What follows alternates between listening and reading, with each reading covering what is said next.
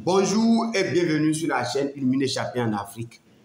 Pour ceux qui ne me connaissent pas, moi c'est coach Emmanuel Donanifou. Je suis agro-businessman, c'est-à-dire tout ce qui concerne l'agriculture, l'élevage. Et notre spécialité, c'est l'élevage et la transformation des escargots géants d'Afrique. Le thème de ce matin, c'est un thème qui nous interpelle tous. C'est-à-dire, nous voulons parler sur les causes de la cybercriminalité en Afrique et plus précisément au Bénin, dans mon pays. Parce que lorsqu'il y a un problème, il faut aller chercher la source d'où est parti ce problème récurrent. Il faudrait que nous réfléchissions par rapport à ce problème et trouver des solutions idoines pour corriger, parce qu'il n'y a pas de problème sans solution. À moins que les hommes ne veuillent pas résoudre, il n'y a pas de problème sans solution. Donc c'est quoi la cause de la cybercriminalité en Afrique de l'Ouest et plus précisément au Bénin? Après nos recherches et nos observations, nous sommes parvenus à certaines réponses, ce que nous allons partager avec vous ce matin. D'abord, pour commencer, la cybercriminalité là, c'est un fléau, c'est un danger pour la société. Parce que je rappelle que ça déplaise ou non, que c'est un crime et que aucun pays au monde, aucun pays sérieux qui veut évoluer ne va jamais officialiser, ne va jamais accepter, ne va jamais supporter ce fléau. Parce que sur tous les plans là, ça nous désavantage. Ça détruit la relève de qualité que nous devons produire. Les enfants n'ont plus envie de travailler, de souffrir pour trouver de l'argent. C'est-à-dire c'est du gain facile. On ne construit pas un bon pays comme cela. Alors c'est un fléau à bannir totalement. Mais ce n'est pas seulement la répression. Nous demandons à tous les chefs d'État africains et surtout à mon chef papa, son Excellence Patrice Athanase Guillaume Talon, que j'appelle avec respect, d'user de la politique du bâton et de la carotte, de bien vouloir tenir nos jeunes frères avec une main de fer, mais dans un gant de velours. Parce que le problème est lointain. La première cause, c'est la colonisation qui nous a donné, qui nous a implanté et qui renforce le sous-développement des pays colonisés. Ah oui, nous n'aurons pas la face. C'est d'abord la colonisation qui a amené ça. C'est pourquoi je disais que les causes sont lointaines. C'est la colonisation qui nous empêche de nous développer. Comment? On ne laisse pas la main à nos dirigeants de bien gérer le pays. Comment comprendre? C'est dans les accords coloniaux secrets. Les gens vont travailler ici, on vend.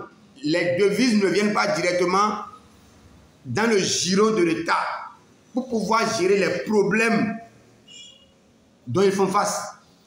Quand on vend les devises là, c'est directement au trésor français. Alors, comment voulez-vous que les chefs d'État colonisés peuvent gérer correctement les problèmes de la cité? Donc ce sont les Blancs même qui nous ont créé ce problème-là. Je ne suis pas un expert dans ce domaine. Je ne suis pas un professeur dans le domaine, mais en tant que citoyen, épris de paix, de justice, et nous lisons beaucoup de choses. C'est notre compréhension. Ça peut être erroné. Il faut nous pardonner si c'est erroné. Mais ce que nous comprenons, c'est ça. C'est d'abord ça, la première cause. La deuxième cause, c'est la mauvaise formation des jeunes. Une formation qui n'est pas en adéquation avec le marché de l'emploi. on nous forme des jeunes bourrés de tête. Ils sont devenus des perroquets récitants. Mais avec leurs mains, ils ne peuvent rien fabriquer, ils ne peuvent rien faire. C'est toujours le système colonial. C'est ce qui a fait que moi, j'ai déposé les clics et les plaques dans la fonction publique et je suis parti. Parce qu'on a compris que les gens ne sont pas rémunérés à leur juste valeur. Parce que quelqu'un a amené un bout de papier surnommé diplôme, excusez-moi les technocrates et les cadres, bac plus 100, bac plus 1000 là, ils n'aiment pas entendre ces vérités-là. Ce n'est pas le papier qui travaille, mais c'est la tête qui travaille.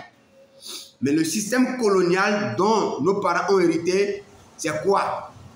Ceux qui travaillent en bas là souffrent énormément et c'est les grands qui ne font rien dans leur bureau climatisé, sont eux qui mangent tout. C'est ce qui fait que tous les pays francophones ou bien francophiles là, leur développement est plombé. Parce que les gens ne sont pas contents, ils ne sont pas sérieux, ils ne sont pas heureux dans leur travail. Allez chercher, allez fouiller. Les gens ne sont pas heureux. Comment ils vont faire? Ils sont dedans comme ça. Mais il n'y a pas la passion du boulot dedans. Parce que les gens ne sont pas épanouis dans ce qu'ils font. Ils se voient leur effort volé par les chefs. Disons-nous la vérité. Voilà encore une autre cause. Les gens sont très mal formés. On va passer tout le temps sur le banc. Il y a un de mes mentors qui a toujours dit que le plus grand voleur de tous les temps, c'est celui qui te vole ton temps. Et c'est l'école qui nous vole nos temps en Afrique. C'est l'école. Déjà à 7 h, on dit d'être à l'école jusqu'à midi, 15 h, tu retournes jusqu'à 19 h pour raconter des histoires dormies debout. C'est sincère. On nous dit des choses qui n'ont aucun rapport avec la vie active. Les gens vont passer 20 ans à traîner leurs fesses sur les bancs. Et après, c'est pour être là à écrire « j'ai l'honneur, j'ai l'honneur, j'ai l'honneur ». Il faut que chaque État africain prenne sa responsabilité. Après tout, ce sont tes enfants, ce sont nos enfants qui en souffrent. On ne peut pas être aussi fidèle à un maître depuis des siècles comme ça et laisser sa maison pourrie comme ça. Mais ce n'est pas bien. Pourquoi on ne peut pas combiner la théorie à la pratique? Pourquoi on ne peut pas créer de grandes entreprises et chaque entreprise doit avoir son école? Matin, les gens vont à l'école et l'après-midi, les gens vont travailler dans l'entreprise. Pourquoi? Si vous ne comprenez pas là, prenez au moins l'exemple sur la FSS, Faculté des sciences de santé. Comment vous formez nos concitoyens là? Le matin, je crois, ils vont au cours et l'après-midi, ils sont dans les hôpitaux pour travailler. Pourquoi ne pas implémenter cela dans les autres domaines? Pourquoi ne pas orienter chacun dans son domaine selon ses qualités, selon ses capacités? S'il veut être un cinéaste, le matin, il va à l'école, mais le soir, il doit aller dans l'atelier où il va apprendre à faire, c'est que ce qu'il a à faire, ce qu'il a envie à faire, sa passion. Celui qui veut faire le business, pourquoi on ne peut pas lui permettre d'aller à l'école le matin et le soir de se retrouver au marché d'Antokpa avec les bonnes dames pour apprendre à chercher les clients, pour apprendre à convaincre les clients, pour apprendre à présenter un produit. Je connais des gens aujourd'hui qui ont le master en marketing, mais tu lui donnes un produit de présenter pour que le client puisse l'acheter, il est incapable. Pourtant, il dit qu'il a le master. Lui-même, maintenant, là, il se dit cadre. Il veut aller s'asseoir dans un bureau et c'est les woro, ceux qui sont en bas, là, ils vont travailler et lui sera là, signer simplement et à prendre de l'argent. C'est sûr à quoi? Ce n'est pas leur faute, ce n'est pas la faute des enfants. C'est la faute vraiment à la formation bancale. Une mauvaise formation. Une formation qu'il faut bannir si l'Afrique veut vraiment se développer. Voilà encore une seconde cause. Mauvaise formation. Parce que à écouter correctement ces jeunes gamins là. Ils clament haut et fort, nous avons les diplômes, on a étudié, on n'a pas trouvé le boulot. Si on leur avait appris one leg in school, one leg in business, c'est-à-dire un pied à l'école, un pied dans le travail là, personne ne peut jamais oser dire on a étudié. Mais parce que quand tu finis de travailler là, quand tu finis tes études là, toi-même tu sais que tu vas créer ton entreprise. Deuxième cause, mauvaise formation. Troisième cause, c'est la pauvreté. La pauvreté. Regardez bien les pays dans lesquels il y a un pic, il y a un baby boomer des cybercriminalités là. C'est des pays pauvres, c'est des pays en voie de développement. C'est des pays sous-développés. Et c'est toujours la faute au colon qui ne veut pas lâcher les pays francophones se développer. Regardez, nous, c'est que on prend tous les capitaux, tout ce dont on a besoin pour développer nos pays, pour aller développer leur pays. En Europe, j'ai jamais été là-bas. Il paraît, même les désœuvrés, même les chômeurs, ils ont un salaire. Ils trouvent l'argent là où? Si ce n'est pas ce qu'on prend ici de force, comme accord colonial, bien accords coloniaux, prenez ce que vous voulez dedans. Hein? L'argent qu'on doit prendre pour développer notre pays, on prend ça pour aller développer le pays là-bas. Même ceux qui ne travaillent pas là-bas, même les chômeurs, ils ont le salaire. Et c'est des salaires qui même dépassent le salaire de nos cadres ici. Nous ne leur aurons pas la face. Hein. Les gens sont sous-payés. Les gens souffrent énormément. On nous impose, on impose à nos États. Et c'est que la marge de salaire, la marge salariale qu'il faut donner aux gens. Pourquoi? Pourquoi? Et on accepte ça. Parce que ça vous avantage. Parce que ça vous avantage. Pour régler cette affaire-là, il faut revoir même les salaires. On dit que c'est fait en sorte qu'il y a toujours d'inégalité dans la société. Toujours d'inégalité. Les gens sont toujours mécontents. Les gens envient les autres, leurs prochains. Le système est fait comme ça. Un mauvais système. C'est ça qui crée toutes ces cybercriminalités-là. Non, parlons peu, parlons vrai. Nous ne supportons pas ça. Mais il faut corriger à la base le minimum de salaire. Moi, je dis haut et fort, le minimum de salaire qu'il faut donner à quelqu'un en Afrique aujourd'hui pour qu'il vive un peu aisément là, c'est 500 000 francs. 1000 $. Et nous pouvons le faire. Ce n'est pas que nous pouvons le faire. Si on arrête d'alimenter les caisses, le trésor français là, tous les pays africains peuvent amener leur SMIC à 500 000, à 1000 $. On va nous dire que oui, au Bénin, nous n'avons pas le pétrole. On n'a pas besoin du pétrole pour ramener notre SMIC à 1000 $. La vallée est là. Travaillons simplement. Développons les choses. Et faites vraiment le partage des revenus égaux. Prospérité partagée là. Que ça ne soit pas sur les lèvres, que ça rentre vraiment dans les axes. On dit, c'est que quand on prend l'équipe gouvernementale là, il y a des gens qui sont à minimum à 8 millions dedans. Des gens sont à 10 millions. Au même moment, dans la même nation, le SMIC est à 50 000. Et celui qui est à 10 millions et celui qui est à 50 000 là, nous allons dans les mêmes marchés. Nous payons, c'est que les mêmes TVA sur nos produits. Est-ce que vous voyez? Nous payons l'électricité ensemble.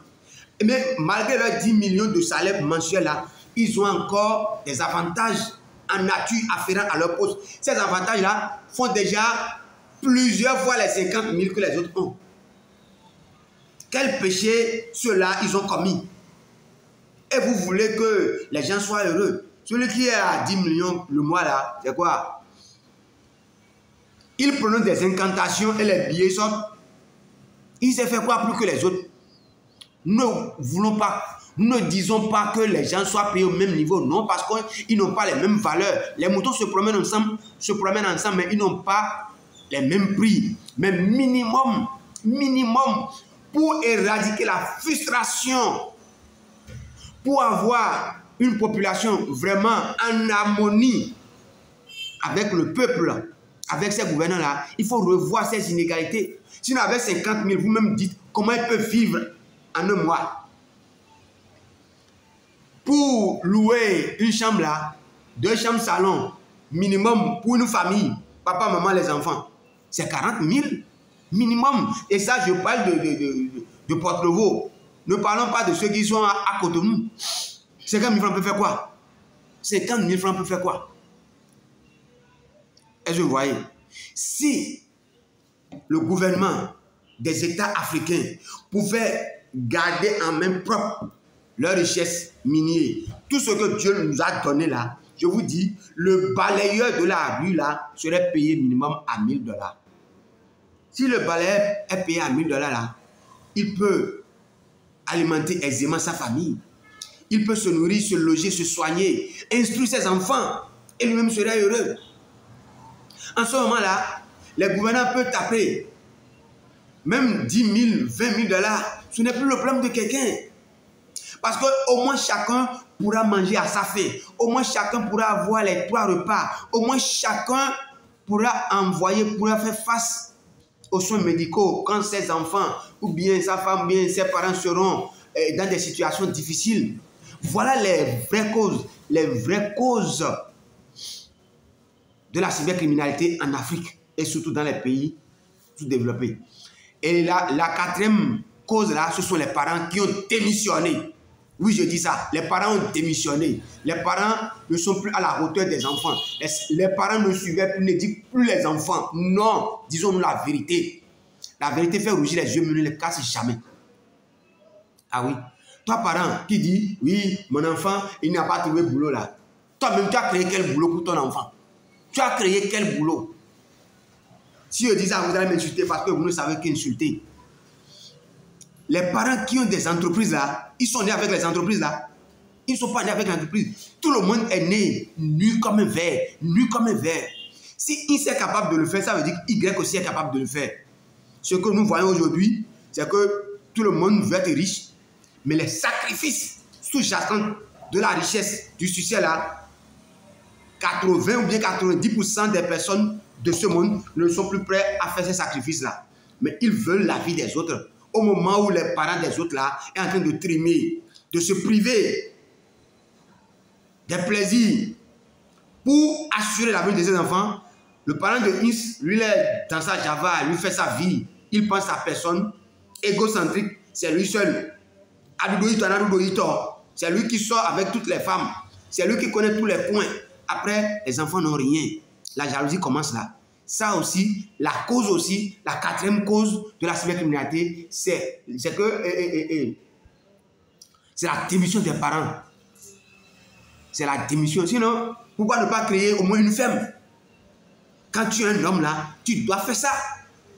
Ne dis pas que tous les droits ne sont pas égaux. C'est vrai. Il y a des gens qui ont jusqu'à 1000 hectares, 120 hectares. Je ne te demande pas d'avoir ça. Minimum 2, 3, 4, 5 hectares. Parce que tu as eu à travailler dans ta vie. Qu'as-tu fait avec ton argent? Et aujourd'hui, c'est l'État qui n'a pas trouvé de travail à mon enfant. C'est pourquoi? Non, c'est des balivernes. C'est des balivernes tout ça là.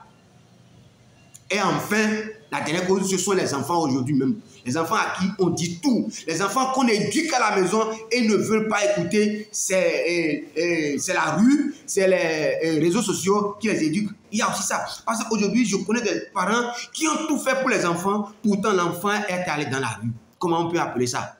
Donc la dernière cause, ce sont les enfants qui aujourd'hui sont devenus vraiment...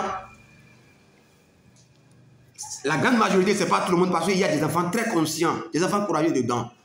Parce que chaque génération a toujours son lot